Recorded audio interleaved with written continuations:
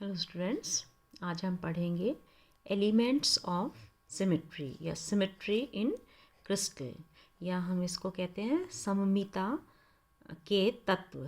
सममिता के तत्व या सिमेट्री इन क्रिस्टल क्या होता है? आपको पता है जो क्रिस्टलाइन सॉलिड होता है उसके जो कॉन्स्टिट्यूएंट पार्टिकल्स हैं, दैट में बी एटम, आयन, मॉलिक्यूल, जो भी क्रिस्टलाइन सॉलिड को बना रहे हैं, चाहे वो आयन से बना है, चाहे मॉलिक्यूल्स से बना है या अणुओं से मिलके बना है, तो कॉन्स्टिट्यूएंट पार्टिकल्स जो हैं उनमें एक रेगुलरिटी होती है, एक नियमितता होती है। पूरे 3 डायमेंशनल प्लेन में या स्पेस में, 3D प्लेन या हम कहें स्पेस या त्रिविम में, वो एक निश्चित संरचना बनाते हैं। और ये जो रेगुलरिटी होती है क्रिस्टल में, इसको हम कहते हैं symmetry of the crystal, crystal की सममिता। इस सममिता को, इस सिमेट्री को एक्सप्लेन करने के लिए या उसके बारे में बताने के लिए हम कुछ एक ज्योमेट्रिकल ऑपरेशंस करते हैं, ज्यामितीय क्रियाएं करते हैं, ये चेक करने के लिए कि उस क्रिस्टल में सिमेट्री कितनी है, क्या सिमेट्री है। और उन ज्यामितीय क्रियाओं को मिला के हम कहते हैं ये एलिमेंट्स ऑफ सिमेट्री है, राइट। तो एलिमेंट्स ऑफ सिमेट्री क्या हुआ कि किसी भी क्रिस्टलाइन सॉलिड में जो रेगुलरिटी होती है, उसके स्ट्रक्चर में जो नियमितता होती है, उस रेगुलरिटी को हम कहेंगे symmetry of the crystal. Crystal की सममिता, उसमें नियमितता, उसमें रेगुलरिटी कितनी है। और इस सममिता को, इस सिमेट्री को एक्सप्लेन करने के लिए कुछ ज्यामितीय क्रियाएं, geometrical operations we carried out to check the symmetry of the crystal. उस क्रिस्टल की सममिता या उसकी रेगुलरिटी या उसकी नियमितता को समझने के लिए, देखने के लिए, पढ़ने के लिए कुछ ज्यामितीय क्रियाएं करते हैं। और उन ज्यामितीय क्रियाओं को हम कहते हैं कि these are element of symmetry. अब कौन कौन सी ज्यामितीय क्रियाएं करते हैं या ज्योमेट्रिकल ऑपरेशंस कौन कौन से होते हैं, या हम उसकी सिमेट्री को एक्सप्लेन करने के लिए जो पढ़ते हैं, वो 3 तरह की सिमेट्री इसमें मेन होती है। First is plane of symmetry. Second, axis of symmetry. And third is center of symmetry. अब ये 3 तरह की जो सममिताएं हैं, इनके बारे में हम पढ़ेंगे कि ये क्या क्या होती है। First is plane of symmetry. Plane of symmetry कि मान लीजिए हमारे पास इस तरह का कोई क्रिस्टलाइन सॉलिड है जिसका कि क्यूबिक स्ट्रक्चर है, घनीय संरचना है, इस तरह का कोई ये एक यूनिट सेल है किसी भी क्रिस्टल का, वो है। तो इसमें इसके जो अगर हम एलिमेंट्स ऑफ सिमेट्री देखें कितने होते हैं, तो ये 3 तरह के पॉसिबल हैं। Plane of symmetry, axis of symmetry, centre of symmetry. सममिता तल, सममिता अक्ष और सममिता का सेंटर बिंदु जो है, केंद्र बिंदु, वो सिमेट्री का। तो इस तरह के 3 सिमेट्री है। जो फर्स्ट है that is plane of symmetry. जो क्यूबिक स्ट्रक्चर है इसमें हम कितने प्लेन ऑफ सिमेट्री होते हैं, total element of symmetry in तीनों ज्यामितीय ऑपरेशंस को मिलाने के बाद आता है। अगर हम एग्जाम्पल एक क्यूब का लें तो इसमें प्लेन ऑफ सिमेट्री कितने होते हैं। ये होता क्या है plane of symmetry? It is an imaginary plane through the crystal which divides the crystal into 2 equal parts such that they are mirror image of one another is known as plane of symmetry, right? Means जो suppose ये जो cubic structure है इसमें हमने कोई एक imaginary plane ले लिया, ये एक काल्पनिक तल है। ये तल क्या करेगा, इस क्रिस्टल को इन 2 इक्वल आइडेंटिकल पार्ट्स में डिवाइड कर देगा। सपोज़ ये हमने एक इमेजिनरी लाइन खींच दी, तो ये आधा जो पोर्शन है, ये वाला पूरा और ये वाला पूरा, ये पोर्शन 2 पोर्शन में डिवाइड हो गया, राइट। तो ये एक इमेजिनरी, एक काल्पनिक तल है, क्रिस्टल में, जो कि क्रिस्टल को दो समान पार्ट्स में डिवाइड कर देता है। और ये दोनों पार्ट ये ज़रूरी हैं कि ये एक दूसरे के दर्पण प्रतिबिंब हों, मिरर इमेज हों एक दूसरे के। और वो जो प्लेन है, ये जो काल्पनिक तल है, इमेजिनरी प्लेन है, this is known as plane of symmetry. तो क्यूबिक स्ट्रक्चर में हम इस तरह के प्लेन ऑफ सिमेट्री कितने प्लॉट कर सकते हैं कि वो दो आइडेंटिकल मिरर इमेज पार्ट्स में डिवाइड हो जाएं। देखिए, ऊपर वाली एक ये फेज़ है और एक ये नीचे वाली फेज़ है। इन दोनों के बीच में हमने एक पार्ट, जैसे मान लो एक क्यूबिक रूम है, उसके बीच में एक सीधी दीवार खड़ी कर दी, तो ये एक प्लेन ऑफ सिमेट्री हो गया। अगर हम इसको यहाँ पर ऐसे करके खड़े कर देते, मतलब एक आधा पार्ट इधर और आधा इधर, तो वो दूसरा डिवीज़न होके, इसमें बीच में हाफ डिवीज़न होके एक ये पार्ट और एक इधर वाला पार्ट, वो दोनों एक दूसरे के मिरर इमेज हो जाते, वो दूसरा प्लेन ऑफ सिमेट्री था। मीन्स इन दो फेजेस से एक प्लेन ऑफ सिमेट्री मिल रहा है, इन दो फेजेस से दूसरा प्लेन ऑफ सिमेट्री मिल रहा है। ऐसे ही मान लीजिए, इस तरह से ये एक हमने काल्पनिक तल बना लिया, आधा ऊपर है आधा नीचे है, तो ये एक तीसरा प्लेन ऑफ सिमेट्री हो गया। ठीक है, तो 6 फेजेस हैं, 2 फेज से हमको एक प्लेन ऑफ सिमेट्री मिल रहा है, 6 फेजेस से कितने मिलेंगे, 3 प्लेन ऑफ सिमेट्री। तो ये क्या हो गया, फेज टू फेज कितने मिले हमें, 3 प्लेन ऑफ सिमेट्री।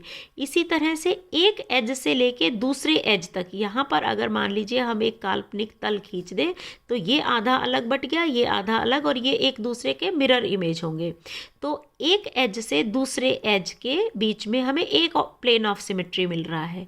इस क्यूब में कितने एजेस हैं, 4 ये ऊपर, 4 नीचे और 4 साइड में, 12 एजेस है ना, 2 से 1 मिल रहा है, तो 6 एजेस से कितने मिलेंगे, 12 एजेस से कितने मिलेंगे, 6।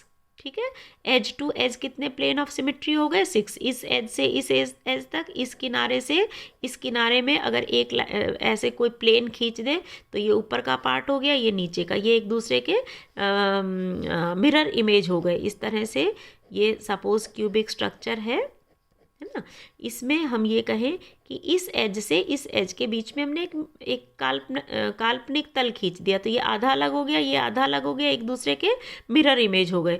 तो एक एज से दूसरे एज में एक काल्पनिक तल, इस एज से इस एज के बीच में दूसरा काल्पनिक तल, इस इधर से इधर के बीच में तीसरा काल्पनिक तल।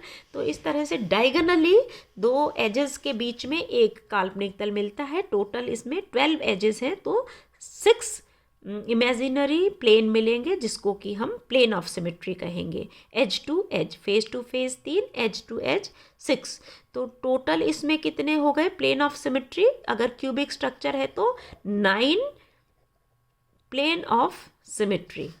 अगर क्यूबिक स्ट्रक्चर है तो 9 प्लेन ऑफ सिमेट्री हो गए। ठीक है, तो इस तरह से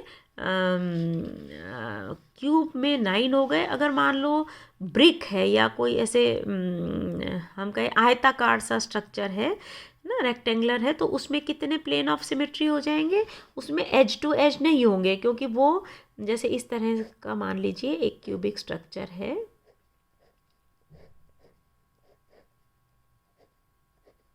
ये इसमें इस एज से इस एज तक ये 2 बराबर पार्ट में तो डिवाइड हो जाएंगे, लेकिन आप ध्यान से देखो तो ये एक दूसरे के दर्पण प्रतिबिंब नहीं होंगे। क्यूब में तो वो मिरर इमेज होंगे, लेकिन यहाँ पर अगर मान लो हम इसको यहाँ से लेके और यहाँ तक डिवाइड करें, तो इसका मिरर इमेज ये नहीं होगा, क्योंकि यहाँ ये छोटा पार्ट है, यहाँ ये बड़ा पार्ट है, मिरर इमेज नहीं होगा। आइडेंटिकल तो हो गए 2 पार्ट तो एक जैसे, लेकिन मिरर इमेज नहीं है।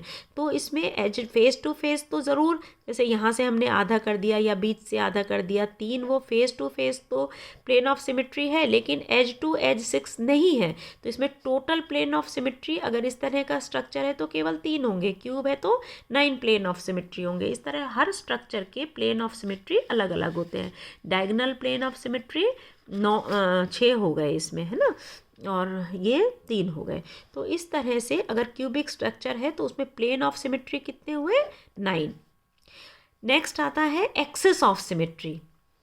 एक्सिस ऑफ सिमेट्री क्या होता है कि ये एक इमेजिनरी एक्सिस है जो कि किसी भी क्रिस्टल के सेंटर से पास होता है और उसके चारों तरफ, और उस क्रिस्टल को अगर हम रोटेट करते हैं और एक रोटेशन में वो अपनी ओरिजिनल पोजीशन को रिपीट करता है एक से ज़्यादा बार, तो वो हम कहेंगे कि वो उसका एक्सिस ऑफ सिमेट्री है।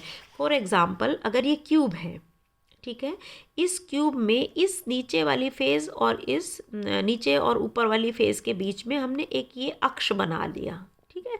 ऐसे मान लो एक क्यूबिक स्ट्रक्चर है और इसमें ऐसे हमने एक एक्सिस ऊपर से नीचे तक खड़ा कर दिया, और इस अक्ष के चारों तरफ जब हम इसको रोटेट करते हैं, तो सपोज़ ये एक सामने फेज़ है, फिर रोटेट करेंगे तो ये वाली आ जाएगी, फिर रोटेट करेंगे तो ये वाली सामने हो जाएगी, और अगेन रोटेट करेंगे तो ये वाली फेस सामने हो जाएगी, ठीक है। इसको आप एक क्यूब बना के और बीच में, जैसे मान लो कि कोई क्यूबिक स्ट्रक्चर है, बीच में इस तरह से एक अक्ष बना लो और उसके अक्ष के चारों तरफ इस क्यूब को रोटेट करो, तो रोटेशन में ये वाली फेज़ एक बार सामने आएगी, फिर ये वाली दूसरी वाली फेज़ आएगी, फिर तीसरी और फिर ये चौथी। तो 4 बार एक रोटेशन में, मतलब 1 रोटेशन मतलब 360 डिग्री, है ना। पूरा एक रोटेशन लेने में जो अक्ष के चारों तरफ वो कितनी बार अपनी ओरिजिनल पोजीशन गेन करता है, वो कहलाता है, ये जो अक्ष है ये कहलाता है एक्सिस ऑफ सिमेट्री। मतलब axis of symmetry is an imaginary axis passing through the centre of a crystal around which if the crystal is rotated, means 360 rotation हम करते हैं, then the crystal repeats its original position in space more than 1 time, means it may be 2 time, 3 time, 4 time. This type of axis is known as axis of symmetry. For example, अगर हमारे पास cubic structure है तो cubic structure में ये axis of symmetry 3 तरह के होंगे। First is, अगर हम मान लो ऐसा अक्ष, टू फोल्ड सिमेट्री हम किसे कहेंगे, two fold axis of symmetry, मतलब वो काल्पनिक अक्ष जिसके चारों तरफ अगर इस क्रिस्टल को घुमाएं तो पूरे 360 डिग्री के रोटेशन में वो 2 बार अपनी ओरिजिनल पोजीशन या एक जैसी स्थिति में आता है, तो वो उसकी 2 फोल्ड सिमेट्री कहलाती है। जैसे मान लीजिए हमारे पास ये क्यूबिक स्ट्रक्चर है और उसमें एक ये एज है और एक ये एज है, या एक ये एज है एक ये एज है, यहाँ से हमने एज टू एज एक एक्सिस ले लिया, ठीक है। इस तरह से सपोज़ हमारे पास क्यूबिक स्ट्रक्चर है और इस क्यूबिक स्ट्रक्चर में इस एज से या इस एज से लेके और इस वाले एज तक डायगोनली हमने ये एक एक्सिस ले लिया, और इस एक्सिस के चारों तरफ जब हम इसको घुमाते हैं तो एक बार ये पोजीशन है, ये इधर आ जाएगी, ये इधर आ जाएगा, मतलब पूरे 360 डिग्री के रोटेशन में ये 2 टाइम्स अपनी ओरिजिनल पोजीशन को गेन करता है। इसको हम कहते हैं 2 फोल्ड सिमेट्री। तो अगर क्यूबिक स्ट्रक्चर है, एक एज से दूसरे एज के बीच में हमको एक 2 फोल्ड सिमेट्री मिल रहा है। इसी तरह इस एज से इस एज के बीच में अगर एक अक्ष लगा दें, इधर एक अक्ष हो, तो दूसरा 2 फोल्ड सिमेट्री मिलेगा। तो इस तरह से 2 एज से हमको एक 2 फोल्ड सिमेट्री मिल रहा है। तो इसमें 12 एजेस होते हैं ना, 4 ऊपर 4 नीचे और 4 ये साइड में, 12 एजेस किसी भी क्रिस्टलाइन क्यूबिक स्ट्रक्चर में होते हैं। तो 12 एज से हमको कितने मिल जाएंगे, 6 2 फोल्ड सिमेट्री, ठीक है। Axis of symmetry 6 2 fold axis of symmetry, सममिता अक्ष जो हैं वो 6 मिलेंगे, ठीक है, अगर हमारे पास क्यूबिक स्ट्रक्चर है। इसी तरह से अगर मान लीजिए हम इस कॉर्नर से, ये सॉलिड एंगल है, इस कॉर्नर से और इस कॉर्नर पर इसको रोटेट करते हैं। आप इसको घुमा के देखिएगा, कॉर्नर टू या सॉलिड एंगल टू, इसको अगर हम एंगल कहें, सॉलिड एंगल कहें, सॉलिड एंगल से दूसरे सॉलिड एंगल के बीच में, इससे इसके बीच में, इससे इसके बीच में, है ना। तो एंगल टू एंगल अगर हम इसको रोटेट करें तो 3 बार 360 के रोटेशन में ये 3 टाइम्स अपनी ओरिजिनल पोजीशन को गेन करता है। इसको घुमा के देखिएगा आप, तो इसमें कितने एंगल है, 4 ऊपर और 4 नीचे, 8 है ना। तो 8 से हमें कितने मिलेंगे, 4 अक्ष ऐसे मिलेंगे, 4 एक्सिस ऐसे मिलेंगे, जिससे हमें 3 बार ये एक 360 पूरे रोटेशन में 3 बार अपनी ओरिजिनल पोजीशन को गेन करता है। इसी तरह से तो 4 ये हो गए, 4 एक्सेस तो हो गए हमारे 3 फोल्ड सिमेट्री के, और 6 एक्सेस वो 6 जो है एक्सेस वो हो गए जो कि 2 फोल्ड सिमेट्री के हैं। तो axes of symmetry, 2 fold axes of symmetry, और दूसरा है 3 फोल्ड एक्सेस ऑफ सिमेट्री। ठीक है, ए बी, और सी होता है 4 फोल्ड एक्सेस ऑफ सिमेट्री। मतलब किसी भी क्रिस्टलाइन सॉलिड का वो अक्ष जिसके चारों तरफ अगर हम इसको रोटेट करें तो पूरा 360 डिग्री रोटेट होने में ये 4 बार 4 टाइम्स अपनी ओरिजिनल पोजीशन को गेन करें। ठीक है, तो एक फेज से दूसरी फेज के बीच में एक अक्ष है, इस फेज से इस फेज के बीच में दूसरा अक्ष है, और उधर वाली से इधर, मतलब 2 फेज से हमको एक अक्ष मिल रहा है। तो 6 फेजेस से हमको 3 ऐसे एक्सेस ऑफ सिमेट्री जो कि 4 फोल्ड होंगे, है ना, 4 फोल्ड एक्सेस ऑफ सिमेट्री 3 मिलेंगे। ठीक है, तो 2 फोल्ड एक्सेस ऑफ सिमेट्री 6 मिल रहे थे, 3 फोल्ड एक्सेस ऑफ सिमेट्री 4 मिल रहे थे, और 4 फोल्ड एक्सेस ऑफ सिमेट्री 3 मिल रहे हैं। तो 6 4 10 और 3 13। तो अगर हमारे पास क्यूबिक स्ट्रक्चर है तो उसमें एक्सेस ऑफ सिमेट्री कितने मिलेंगे, टोटल 13, जिसमें इस 13 में 6 तो 2 फोल्ड सिमेट्री होंगे, है ना, और यहाँ पर 4 3 फोल्ड सिमेट्री होंगे, और 3 4 फोल्ड सिमेट्री होंगे। तो टोटल 13 एक्सेस ऑफ सिमेट्री होंगे। और तीसरी तरह का जो है वो है सेंटर ऑफ सिमेट्री। किसी भी क्यूब का वो सेंटर जो डिफरेंट डायरेक्शन से समान दूरी पर, डायगनली समान दूरी पर हो। किसी भी क्रिस्टल का एक सेंटर पॉइंट जो होगा उसको हम सेंटर ऑफ सिमेट्री कहते हैं। वो पॉइंट है जिससे डायगनली सारे मॉलिक्यूल एक दूसरे से बराबर बराबर दूरी पर स्थित हों, वो कहलाता है centre of symmetry. It is a center point in a crystal through which if line are drawn that will cut the crystal equidistance on the sides, both the sides. That is, the line passing through this center will touch the crystal at equal distance on both sides of the crystal. This point is known as center of symmetry. This is only one center of the symmetry in every crystal. कोई भी crystal होगा उसका हमेशा center of symmetry एक ही होगा। तो center of symmetry एक हो गया। तो किसी भी, अगर मान लीजिए हमारे पास क्यूबिक स्ट्रक्चर है तो उसमें टोटल एलिमेंट ऑफ सिमेट्री कितने हो गए, plane of symmetry 9, axes of symmetry 13 and centre of symmetry 1। तो टोटल कितने हो गए, 13 14 प्लस 9 मीन्स 23। तो टोटल अगर क्यूबिक स्ट्रक्चर है तो उसमें एलिमेंट्स ऑफ सिमेट्री कितने हो गए, 23। अगर हमारे पास क्यूबिक स्ट्रक्चर है तो ये 23 हम ज्योमेट्रिकल ऑपरेशंस कर सकते हैं क्यूबिक स्ट्रक्चर में। इसका मतलब कि अगर हमारे पास क्यूबिक स्ट्रक्चर होगा किसी भी क्रिस्टल का तो उसमें एलिमेंट ऑफ सिमेट्री कितने होंगे, 23 एलिमेंट ऑफ सिमेट्री। सो इसको हम या तो पॉइंट ग्रुप्स भी बोल सकते हैं या एलिमेंट ऑफ सिमेट्री भी बोल सकते हैं। तो किसी भी क्रिस्टलाइन स्ट्रक्चर के एलिमेंट ऑफ सिमेट्री इस तरह से होते हैं। Next, determination of number of particle in a unit cell. एक यूनिट सेल है उसमें कितने पार्टिकल्स का कंट्रीब्यूशन है। जैसे क्यूबिक स्ट्रक्चर है और इसमें इस तरह से चारों कोनों पर एक एक 8 जो जगह हैं उसमें एक एक मॉलिक्यूल, 4 ऊपर और 4 ये नीचे, इस तरह से 8 मॉलिक्यूल प्रेजेंट है। तो इस क्यूब में कितने पार्टिकल का कंट्रीब्यूशन होगा। ये जो एक पार्टिकल है ये जैसे हम आपको स्पेस लेटिस जब बता रहे थे, इस तरह से एक ये क्यूबिक स्ट्रक्चर है, इसके साइड में भी एक क्यूब होगा, ऊपर भी एक क्यूब होगा, इसके ऊपर भी एक क्यूब होगा, 4 ये यूनिट और इधर 4 ये यूनिट, मतलब एक जो एटम है वो 8 यूनिट्स में डिवाइडेड है, मतलब इसका 1/8 पार्ट एक यूनिट में है ना। तो एक मॉलिक्यूल का 1/8 पार्ट है।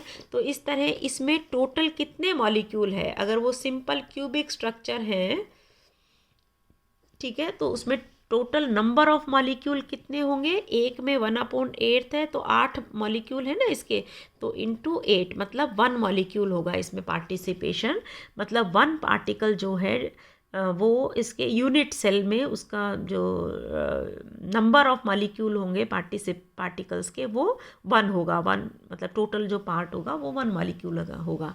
अगर बॉडी सेंटर्ड है, मतलब बॉडी में भी एक मॉलिक्यूल प्रेजेंट है सेंटर में, तो एक ये और एक ये 2 मॉलिक्यूल इसके जो कॉन्स्टिट्यूएंट पार्टिकल होंगे वो 2 होंगे। इस तरह से इनकी डेंसिटी हम मेज़र कर सकते हैं कि किसी भी क्यूब में मॉलिक्यूल्स की डेंसिटी क्या होगी।